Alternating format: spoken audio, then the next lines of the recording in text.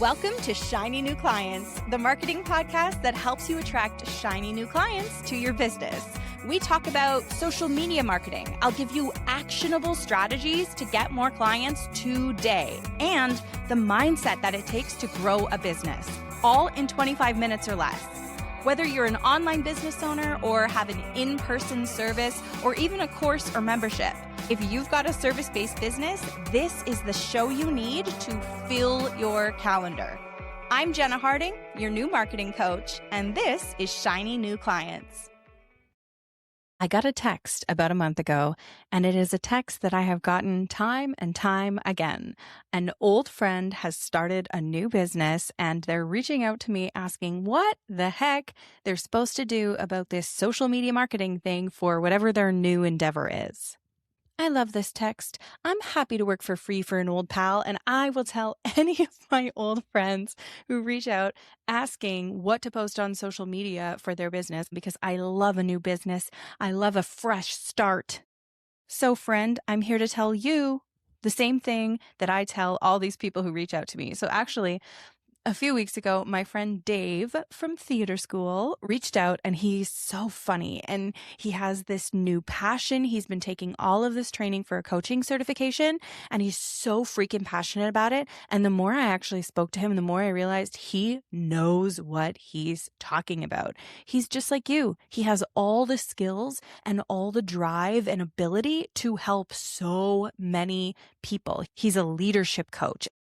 So what's next?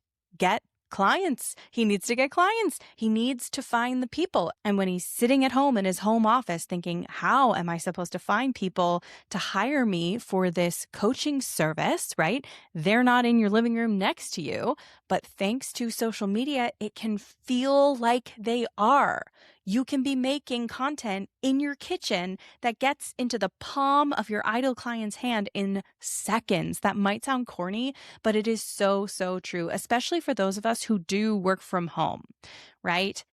Unless you want to be out there paying to go to events and signing up for networking breakfasts and showing up on people's doorsteps to get clients, getting clients online is the fastest, most efficient, and freest way to do it. So I do love when someone's like, I want to use social media. I'm like, great, let's do the thing.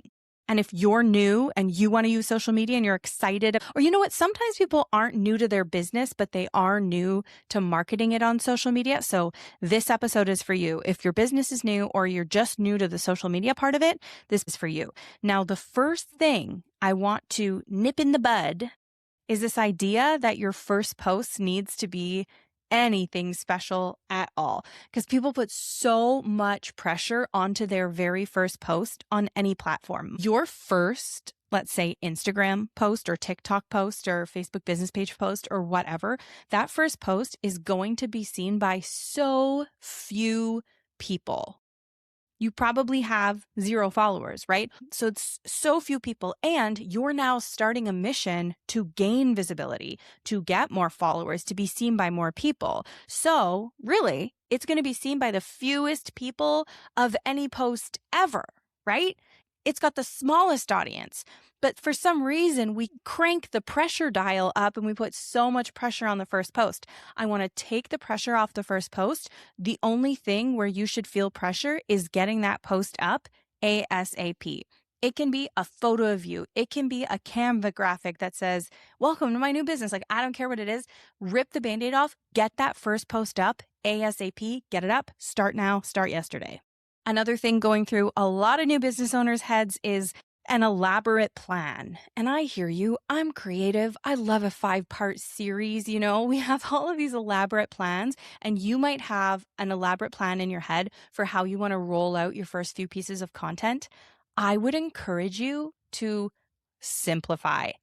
Ditch the plan, whatever you can get up now, get that post online. If you can be posting once a day, get that up online. How about your cool, elaborate plan? Do that 2 months from now when you have more people watching your content, when you've actually built up your followers, right? We also need to remember that people don't consume your content in order. They don't see everything linearly. So if you are like crafting this series or this rollout of content, people aren't even going to watch the content in the order that you think that they're going to. So it's really just not worth it. But I know that that's where a lot of people's heads go. And you know why it goes there? Because you're trying to feel control. You're trying to control this very scary, vulnerable thing of putting yourself out there. So you're making these plans. And I know, like, if you're new to this show, I know I've only known you for 2 minutes and I'm already like really digging in, but I feel like a lot of times we're trying to control this thing, and, you know, it's vulnerable to be seen. It's vulnerable to show your face. It's vulnerable to talk on camera. It's vulnerable to go and tell all the people from your old job and your old life and your cousins that you started a new business. And I think we often associate vulnerability also with like scary things or sadness. Like, I got really vulnerable and told them all my fears, but joy is also scary. It can be really intimidating. You have to be really brave to be able to say to friends and family, hey, I believe in myself, and look at this cool new passion I've found, and I think this is really going to be something, and I'm excited about it, and I'm happy about it, and I think I'm great. And that also is vulnerability. And that's also the energy that you're going to be showing up on social media with. Like, hey, look at this thing that I can do. Look at this way that I can help you. I learned this skill on top of a lifetime of information and stories and experiences, and I'm putting it all into this new business. Come buy from this new business or come hire me for my service. So I want you to just get posting. Now you're asking, okay, Jenna, what do I post? Literally anything. You could pick up your phone and rant. You could pick up your phone and teach something. You could pick up your phone and film a 30-second clip that's like, this is what I'm doing now. You're going to learn all sorts of different things that will make your posts perform better. You're going to learn, tips about your captions and how to film them. And like, you're going to learn, if you keep listening to this podcast, you'll learn my growth, nurture, sales, proven Instagram strategy. You're going to learn all these things. But right now, with the knowledge that you currently have, you got to just pop something up online. You got to just get it up there, no matter what it is. Because the fastest way to improve is to start and learn as you go. And when you do it that way, and when you can handle the vulnerability of doing it that way and showing up imperfectly, you will grow fastest. If you wait until you think you have the perfect post or until you totally understand how this social media marketing thing works, then you're going to post less, you're going to post slower, you're going to wait longer and grow your business slower. Do you see what I'm saying? So it really does take this like rip off the Band-Aid, go get them, I'm going to be imperfect kind of attitude. And those are the people that are going to thrive the fastest. And so bringing it back to Dave, I sat with him for an hour. I told him everything about social media marketing. I told him how to get started on Instagram, what it's going to take to get clients. But I told him all my beginner speeches. And then I gave him access to Magic Marketing Machine. And I checked in with him a few days later. And he said that the first thing I got from your program is, I need to start. I need to stop just thinking about this and actually do the thing. I was like, okay, perfect. Then he starts posting, even though he doesn't know every single in and out of Instagram and how it all works. His passion is so charming. It's so charismatic, just like yours is. Have you ever been at a dinner party when someone starts talking about something that they're into, and it can be so nerdy? Like one time we had a dinner guest who was an expert roofer, and he sat in our living room and told us about roofs, and I was captivated.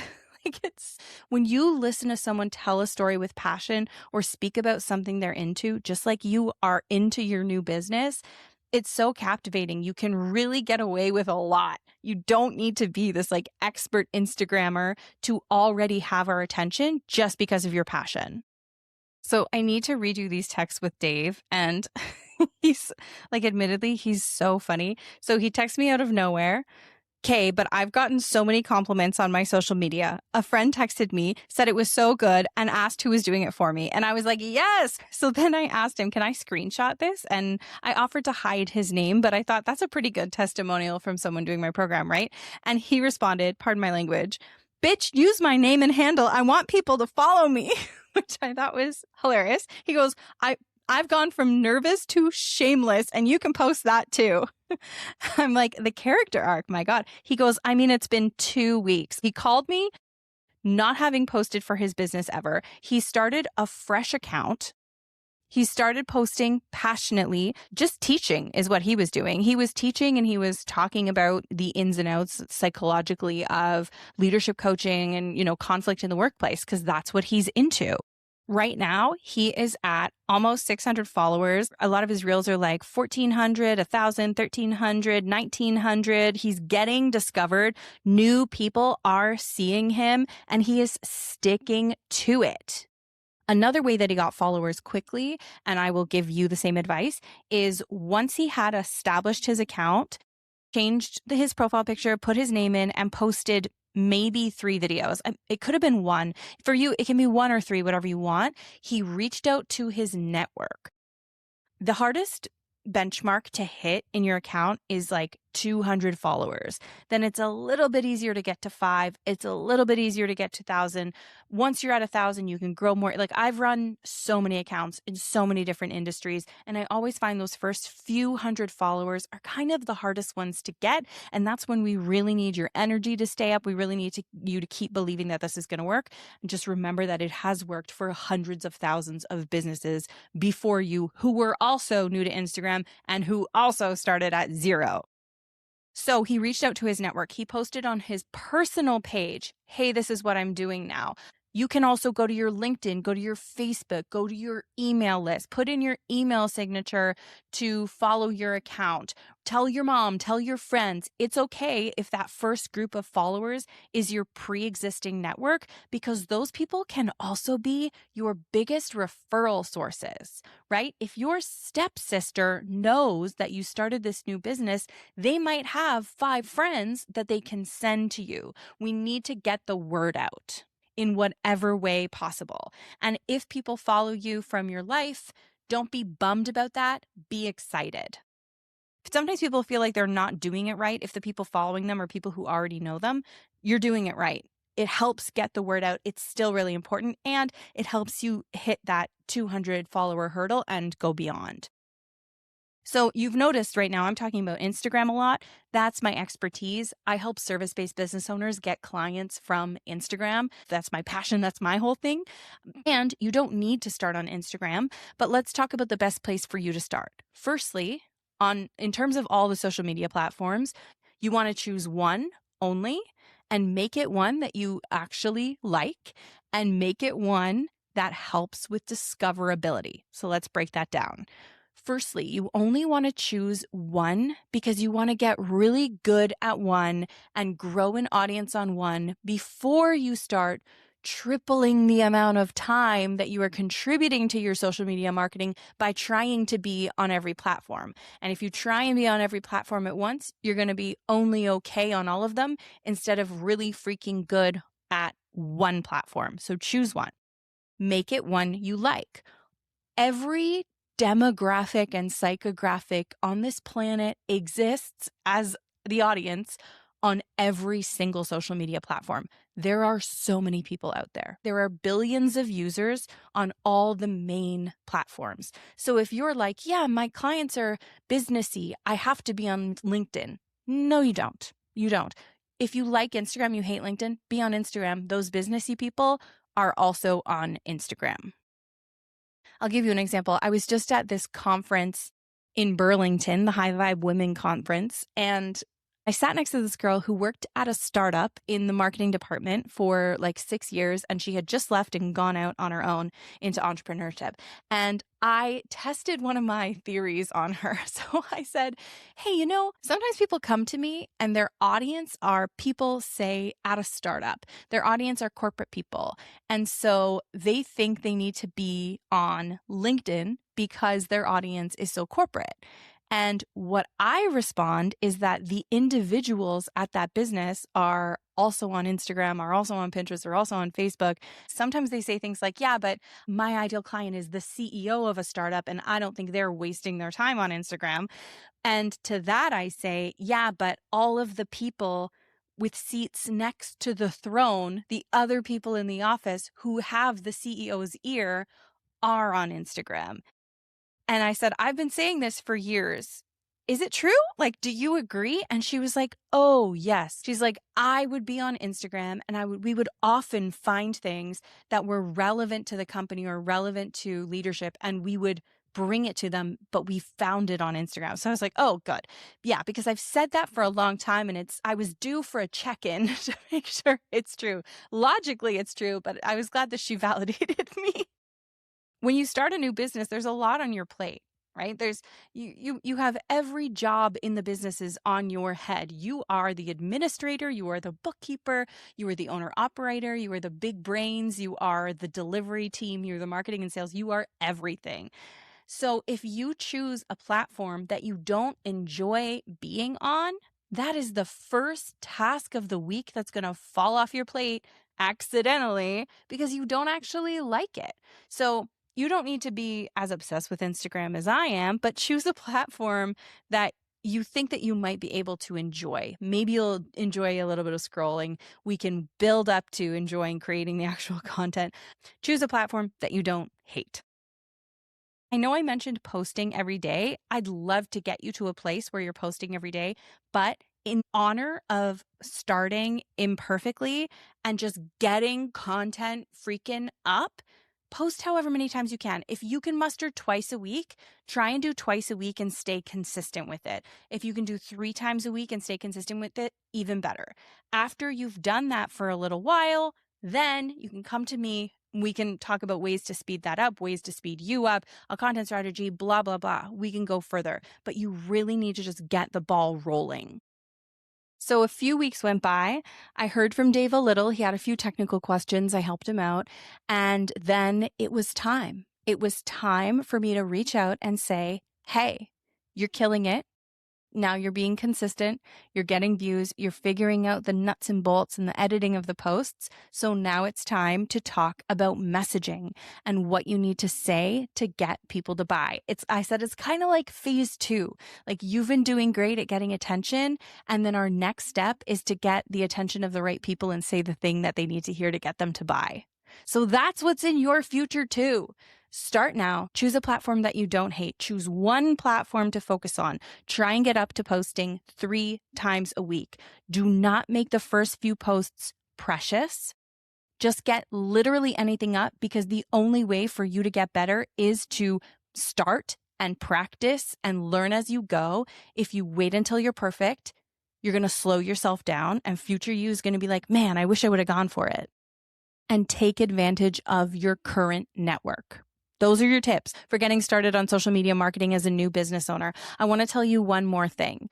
I mentioned today that I was in theater school because I was in theater school with Dave, right? And when I was in theater school, we learn how to be very critical. You learn how to watch a play and be critical of the direction and be critical of the actors and note places where there are shortcomings, note where there's missed opportunities.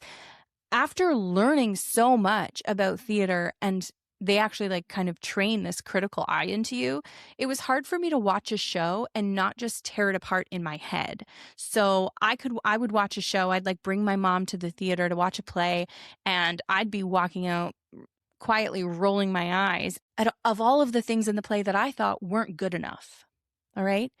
And I was being way more critical than everyone else in the audience. I'm tearing apart the show in my head amongst 400 people who are just sitting there enjoying it. All right. I'm being mean and not focusing on the fun parts of the show and the good parts of the show, because my brain is just so focused on all the places where it didn't meet my expectations. In that moment, I actually thought in a lot of cases that the show was crap, right? But the lights would go up, the audience would applaud, and my mom would have the biggest smile on her face, and she'd be clapping and cheering and think that we just saw the best thing in the world. Me, I'm like, that was crap. Her, she's like, let's watch it again. How fantastic. She always had a good thing to say about it. She always thought everything we saw was fantastic. And I'm betting that you are also very well practiced at critiquing yourself and pointing out your own perceived flaws and all the places you could improve and all the ways that that video of yourself or the way you said something or the way you explained something just didn't meet your expectations. I want you to know that that's a lens. That's a lens you have right now, and you can absolutely toss that lens on the ground, jam the heel of your shoe into it and crush it and get rid of it. And it's going to happen over time.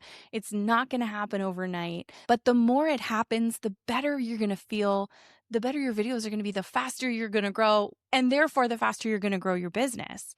My mom is watching your videos. She is smiling and cheering. She doesn't see anything wrong with them. She thinks they're great. Even though you could argue and argue with her about the reasons why you're not good enough, she's still watching it, smiling. She's clapping for you. All right? You are your own biggest critic. So when you get those first few posts up there, please don't. You know what? Actually, here's another thing. Someone in my community, I should pull this up. Someone in Magic Marketing Machine, she just posted in the Facebook group today. She goes, I don't know if this will help other people, but I've been finding when I put up a post, I'm super critical of it and I don't like how I look and I don't like the post. And then 2 weeks later, I look back at it and I go, hey, that's not so bad. So I hope that helps somebody else out there. I thought that was so sweet because I think we all do that, right? In the moment, when you have that lens of judgment on, you think the thing is so bad. But then when you feel a little better, when you're a little bit separated from it, maybe you just had an ice cream cone, you're feeling good. You look back at it 2 weeks later, you're like, hey, why was I being so mean to myself? This is actually great. All right. I hope that helps. Go out there and post. There are so many people out there waiting for your business to change their life. They just need to meet you and they're going to find you on social media because of your social media marketing. If you are new here, my name is Jenna Harding. You can get a free training about how to get clients from Instagram down below this episode. And I will see you on the Shiny New Clients podcast next week.